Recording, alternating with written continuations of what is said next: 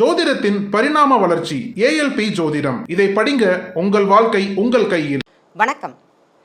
நம்ம என்ன பார்க்க போகிறோம் அப்படின்னா, எல்லாருக்குமே ஒரு கேள்விகள் இருக்கும். என்னுடைய கர்மா கழியக்கூடியது எப்போது? கர்மாவை பற்றி பேசணும் அப்படின்னா இன்றைக்கி முழுவதும் பேசிக்கொண்டே இருக்கலாம்.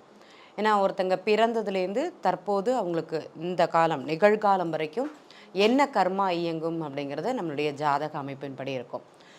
ஒருத்தங்க சொல்லுவாங்க, நான் என்ன வரம் வாங்கிட்டு வந்தேனோ அப்படின்ட்டு.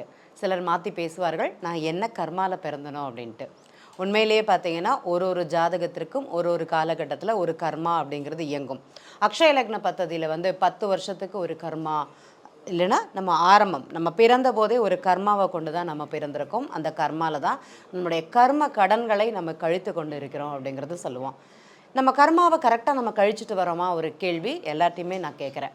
ஏன்னா உங்களுடைய கர்மா எப்படிங்கிறது உங்களுக்கு தெரியாது. கண்டிப்பாக உங்களுடைய கர்மாவை தெரிந்து நீங்கள் வாழுங்க. இப்போ ஒருத்தங்க படிப்புக்காக ஒருத்தங்களுக்கு இல்லை அப்படிங்கிற மாதிரி சொல்கிறாங்க ஒரு குழந்தைக்கு.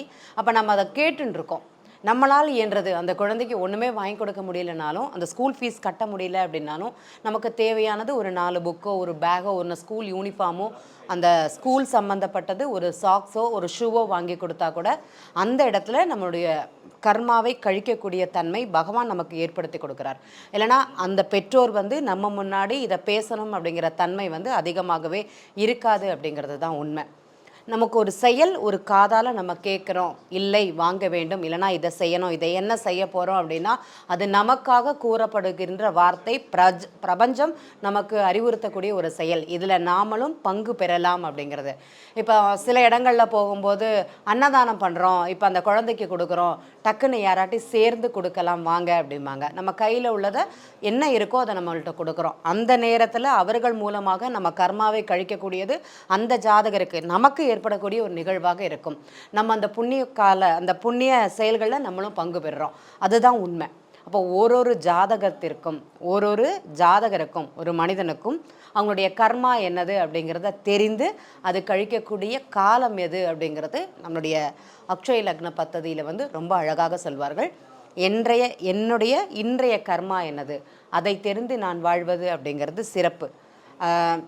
அதே மாதிரி எதிர்காலத்தில் நான் என்ன செய்யலாம், கடந்த காலங்களில் நான் செய்த செயல் அப்படிங்கிறது சரிதானா, என்னுடைய வாழ்க்கை முறை அப்படிங்கிறத நான் சரியாக தான் வாழ்கிறேனா, கண்டிப்பாக தெரிந்து வாழுங்கள்.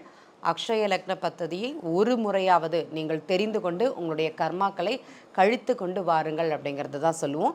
இன்றளவுலையும் நம்ம ஒரு செயலை கேட்குறோம் அப்படின்னா அதற்குண்டான பரிகாரங்கள் அப்படிங்கிறது செஞ்சுட்டு தான் வரும்.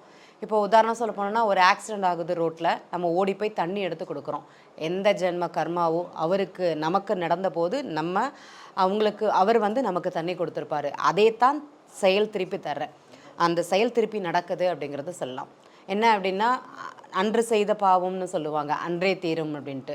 ராஜா நின்று கொள்வான் அப்படிங்கிறது சொல்லுவாங்க. கலியுகத்தில் அன்னன்னைக்கே அவங்கவுங்க செயலை தீர்க்கக்கூடிய காலமாகத்தான் கண்டிப்பாக நடக்கிறது. இந்த கர்மா அப்படிங்கிறத தெரிந்து வாழுங்கள், என்ன அப்படிங்கிறத தெரிஞ்சுக்கோங்க. அதே மாதிரி பிறவி பயன் அப்படிங்கிறது நம்ம எந்த இடத்துல நிற்கிறோம் அப்படிங்கிறதும் நீங்கள் புரிந்து கொண்டு வாழுங்கள். நன்றி. மீண்டும் இது ஒரு நிகழ்வில் சந்திக்கலாம். சித்தர் பூமி.